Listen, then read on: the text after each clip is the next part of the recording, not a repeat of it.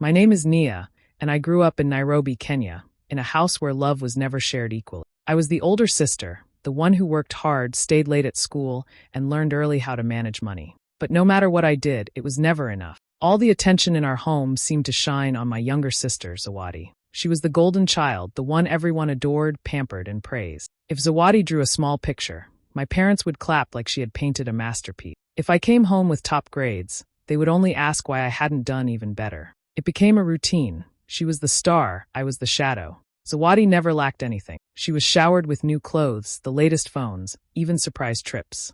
When she wanted something, it appeared like magic. For me, it was different. Whenever I asked for help or something nice, my parents would remind me to be responsible. It was their favorite phrase, like responsibility was my only gift in life. So I learned to carry weight quietly. While my sister enjoyed her gadgets and outings, I was the one secretly paying for groceries, settling overdue bills, and helping relatives with school fees. No one noticed. No one ever said thank you. To them, I was just the serious one who didn't need much. But deep inside, I felt the sting of being invisible in my own family, watching love and luxury flow in only one direction. I still remember the day my parents called us into the living room with wide smiles. "We're going to Dubai," my mother announced, her voice full of excitement. For a moment, my heart leaped. I had never been on a plane before, never even left Kenya. I imagined myself walking under the bright lights, seeing tall buildings I had only seen in magazines, maybe even feeling like part of the family celebration for. But the excitement didn't last long. Later that evening, my father pulled me aside. "Nia, you can't come," he said in a casual tone, as if it were nothing. "Someone needs to stay behind and take care of the bills. You're the responsible one." Just like that, my little dream was crushed. I wanted to argue, to scream that I was also their daughter, that I also deserved to go. But the words got stuck in my throat. All I managed was a small nod, because by then I already knew my place. When the day of the trip came, I helped pack their suitcases. Zawadi giggled as she stuffed her new clothes and shiny shoes inside, her face glowing with joy. "I'll bring you something," she said, almost like she was doing me a favor. I forced a smile, pretending not to care. After they left, the house felt too quiet, too heavy. That night, I cried into my pillow, wishing I was anywhere but home. The next morning, I dragged myself to my bookstore job. I picked up extra shifts, staying until late, stocking shelves, carrying boxes, and serving customers with a tired smile. My body ached, but at least work distracted me. Every time I checked my phone, though, there was another message. Photos of them at five-star hotels, eating expensive food, riding in fancy cars, shopping in malls bigger than anything I'd ever seen. Each picture felt like a reminder, you don't belong in this life. Still, somewhere deep inside, I refused to let the pain crush me. I started whispering to myself, one day, things will be different. That loneliness became a strange kind of fuel. While they were laughing in Dubai, I was learning how to endure, how to stand on my own feet, how to dream beyond the walls of our home. I didn't know it then, but every tear I cried in those nights alone, every shift I worked at the bookstore, every bill I paid while they lived in luxury, it was shaping me. I wasn't just the forgotten daughter anymore. I was quietly building a strength they couldn't see. And though my heart broke, a part of me was already preparing for the day when they would realize I wasn't just the one left behind. I was the one moving forward. After Dubai, I thought maybe things would change. Maybe next time they would remember me. But I was wrong. That trip was only the beginning. Soon it became a pattern. Every few months, my parents would announce another vacation. South Africa, Mauritius, Paris. Each time, their eyes sparkled with excitement, and each time, my heart sank because I already knew the truth. They were never talking about us. They were only talking about Zawadi. When I asked why I couldn't go too, they didn't even try to hide their reasoning. My mother laughed, waving her hand like I was being silly. "Nia, you wouldn't enjoy such places. You're too boring. Leave that kind of life to your sister." My father nodded, adding, "You're better off handling things here. Someone has to be responsible." That word again, responsible. It had become my curse. So while Zawadi posted photos of herself on beaches, posing in front of landmarks, and showing off shopping bags from designer stores, I stayed behind. My life was a cycle of bills and receipts. The electricity company called when payments were late, and I rushed to clear the balance. Cousins' school fees somehow became my duty. The fridge ran empty, and I was the one who filled it. My parents never said thank you. It was simply expected. Worse still, the wider family adored Zawadi. At gatherings, uncles and aunts would gush over her beauty, her charm, her bright future. They called her the jewel of the family, the one destined for greatness. And me? I was the girl who disappeared into the kitchen, carrying trays of food, making sure everyone was served. No one asked how I was doing. No one noticed the tired look in my eyes. It hurt more than I can explain. I wasn't jealous of my sister's beauty or her trips. What broke me was being treated as though I didn't matter at all, as if my worth was only in paying for things, never in being seen. I remember one family dinner when an aunt turned to me and said, "You're lucky to have such a shining sister. Maybe some of her luck will rub off on you." Everyone laughed. I smiled weakly, but inside I felt small and visible. At night, when the house was empty and silent, I let myself cry. The loneliness clung to me, but it also carved out a new kind of space in my heart, a space where anger turned into determination. If they couldn't see my value now, I would build a life so strong, so undeniable, that one day they would have no choice but to notice. Every bill I paid, every sacrifice I made, every insult I swallowed, it was all quietly shaping me. I was the forgotten daughter, yes. But I was also becoming something else. The one who endured, the one who survived, the one who would rise while they weren't watching. It happened on a Tuesday afternoon. I came home from my shift at the bookstore and found a bright red notice stuck on the gate. At first, I thought it was just another advertisement, but when I pulled it off and read it, my stomach sank. It was from the power company. They were warning that if the electricity bill wasn't cleared in 3 days, they would disconnect us. The amount written at the bottom made my chest tighten. It wasn't a small balance. It was months of unpaid bills. I sat on the steps, holding that paper, trying not to cry. I thought about my parents in Zawadi, who were away once again, this time in Seychelles. I had seen their photos that very morning. My mother in sunglasses, Zawadi holding a glass of juice, my father smiling on a yacht. They looked like the perfect family in paradise, while I was left behind to clean up the mess. I checked my bank account and sighed. The money I had been saving for myself, just a little emergency fund I guarded so carefully, was enough to cover the bill. I hesitated. That money was supposed to be my safety net, my one bit of security. But what choice did I have? If the lights went out, everyone would blame me anyway. So, once again, I used my own savings to keep the house running, even though no one would ever know or care. That night, I sat alone in the dark, the only light coming from my phone screen. New pictures had just been posted. My family laughing on the deck of a boat, the sun setting behind them, the caption reading, "Living the Dream." I stared at the screen until my vision blurred with tears. My chest ached, not just from sadness but from something heavier, realization. It hit me in that moment. I meant nothing to them. Not my sacrifices, not the money I spent, not the way I held the family together when everything could have collapsed. To my parents, my worth was measured only in what I could pay. And once I had paid, I faded into the background again. I curled up on my bed and cried harder than I had in years. It wasn't just about the electricity bill or the photos or being left out. It was the weight of years of being unseen, of always giving but never receiving, of loving people who didn't love me back in the same way. This was my lowest point, the moment when I finally understood that I could never buy their love, no matter how many times I saved the household from falling apart. But even in that lowest moment, a small voice whispered inside me, "If they don't see your value, create your own." I didn't know how yet, but deep down, something in me was shifting. Something was breaking, but something else was being born. While my parents and Zawadi traveled the world, I lived a very different life. I stopped waiting for them to notice me or reward me. Instead, I started building something of my own, quietly, in secret. No one in the house knew what I was up to. During the day, I worked my regular shifts at the bookstore. But at night, when the house was quiet and everyone else was asleep,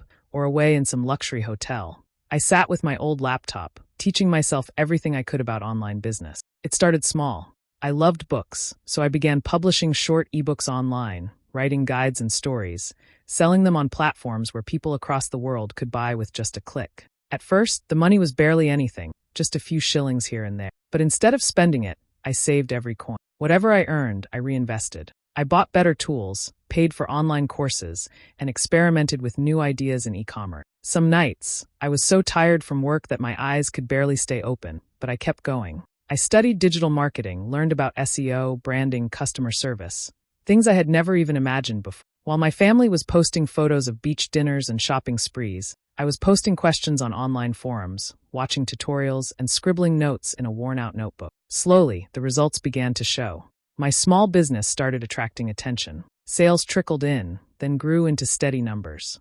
I connected with customers from different countries, people I had never met but who appreciated my work. That feeling of being valued by strangers when my own family overlooked me gave me strength. I didn't tell anyone what I was doing. If I had, they would have dismissed it. Nia is wasting her time, they would have said. So I worked in silence, letting my progress be my secret victory. Every order, every satisfied customer, every coin saved. It was mine, and no one could take it from me. Then one evening, I received an email that changed everything. A foreign investor, based in Canada, had come across my publishing work. They were impressed by the quality and the consistency I had maintained on my own. They wanted to talk about a partnership.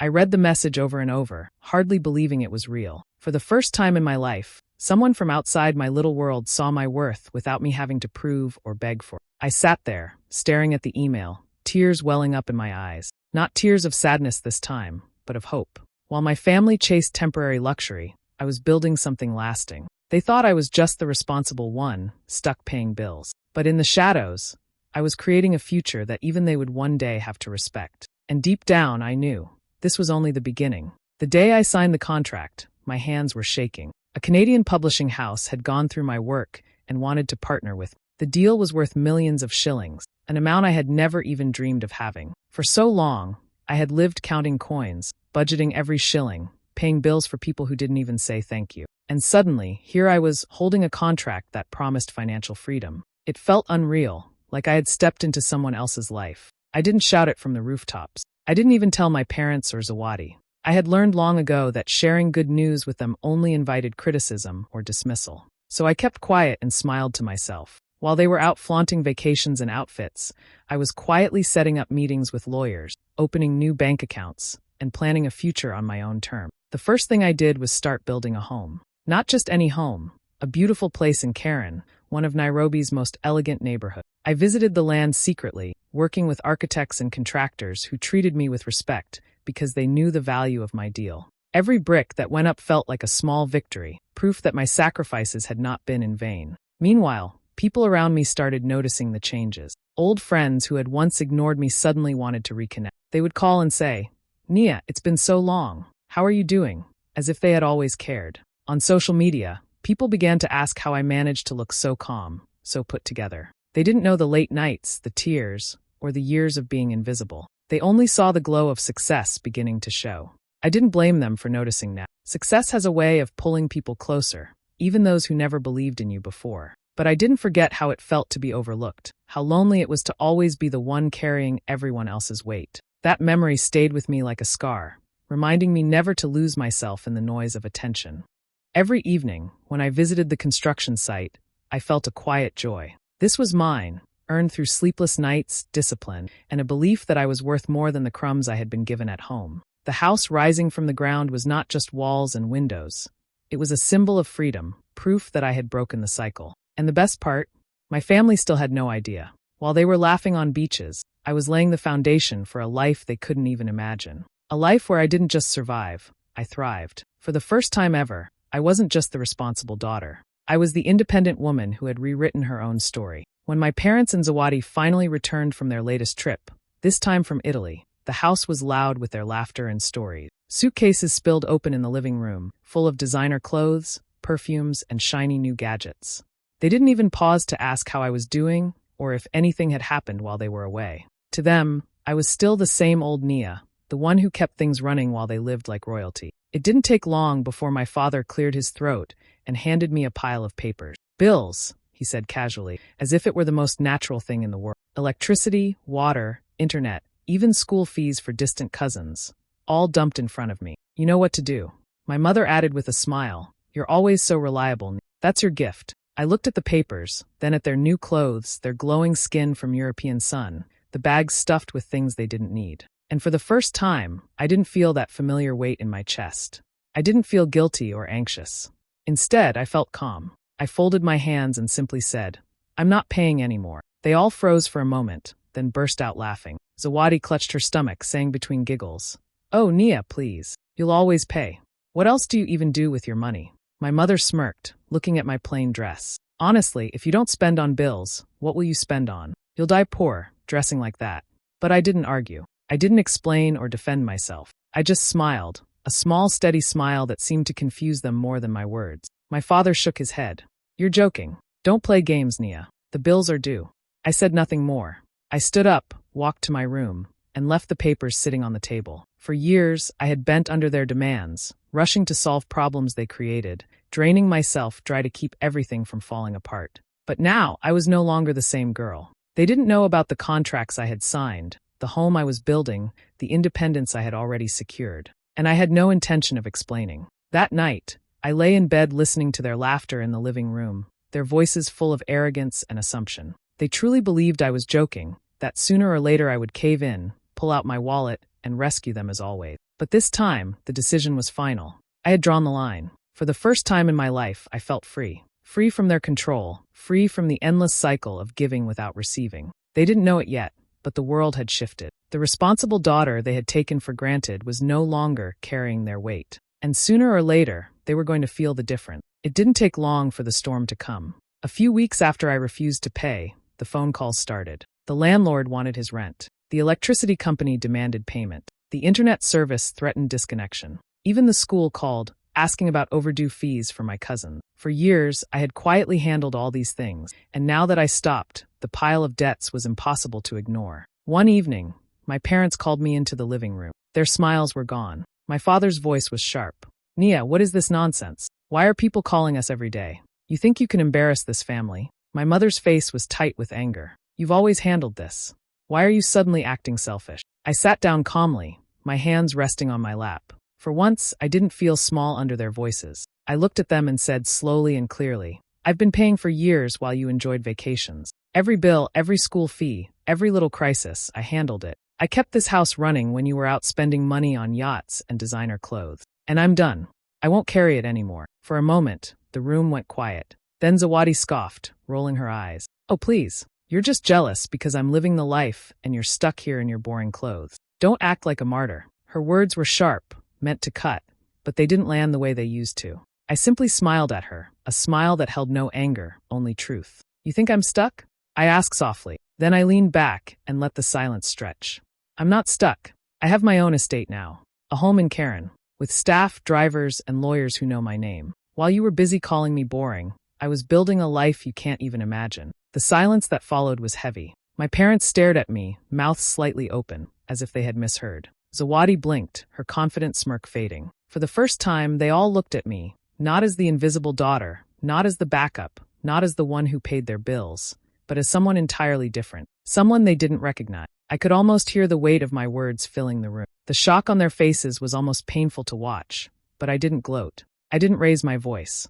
I had no need to prove myself any. The truth was enough. I stood up slowly, smoothing my dress, and looked at them one last time. They had spent years treating me like I was nothing, and now the tables had turned. The silence told me everything. They finally realized what they had lost. And I knew, deep in my heart, that I would never carry their burdens again. It didn't take long before reality crashed into my parents' world. For years, they had believed I would always be there to fix everything quietly in the background. But now that I had stepped away, the cracks in their perfect image grew wider every day. Creditors began showing up at the door, demanding payments. The landlord grew tired of waiting and threatened eviction. The school called again and again about unpaid fees. Suddenly, my parents couldn't hide behind vacations and photos anymore. They tried to juggle the bills, borrowing from friends and making promises they couldn't keep. But it wasn't enough. People who once admired their lifestyle started whispering, wondering how such a glamorous family was drowning in debt. My parents' voices grew sharper, their tempers shorter. For the first time, they were forced to face the truth. The daughter they had ignored was the one who had been carrying them all along.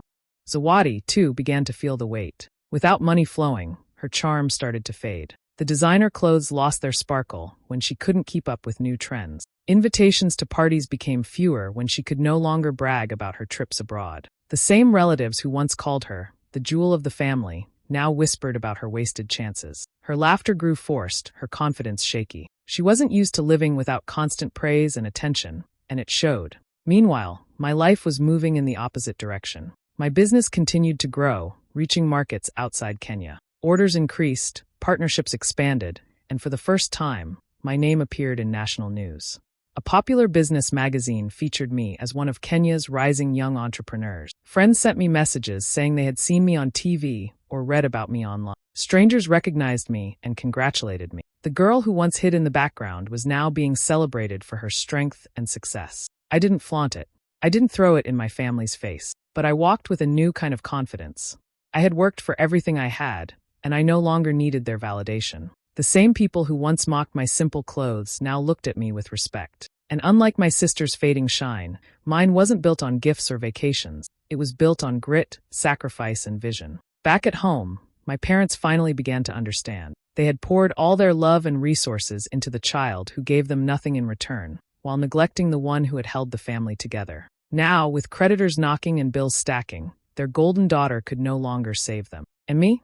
I no longer cried at night. I no longer felt invisible. I was flourishing, not just in business but in spirit. For the first time, I was living the life I deserved, and I knew there was no turning back. The family gathering was different this time. Usually, everyone's eyes would turn to Zawadi, waiting to hear about her trips and her latest gifts.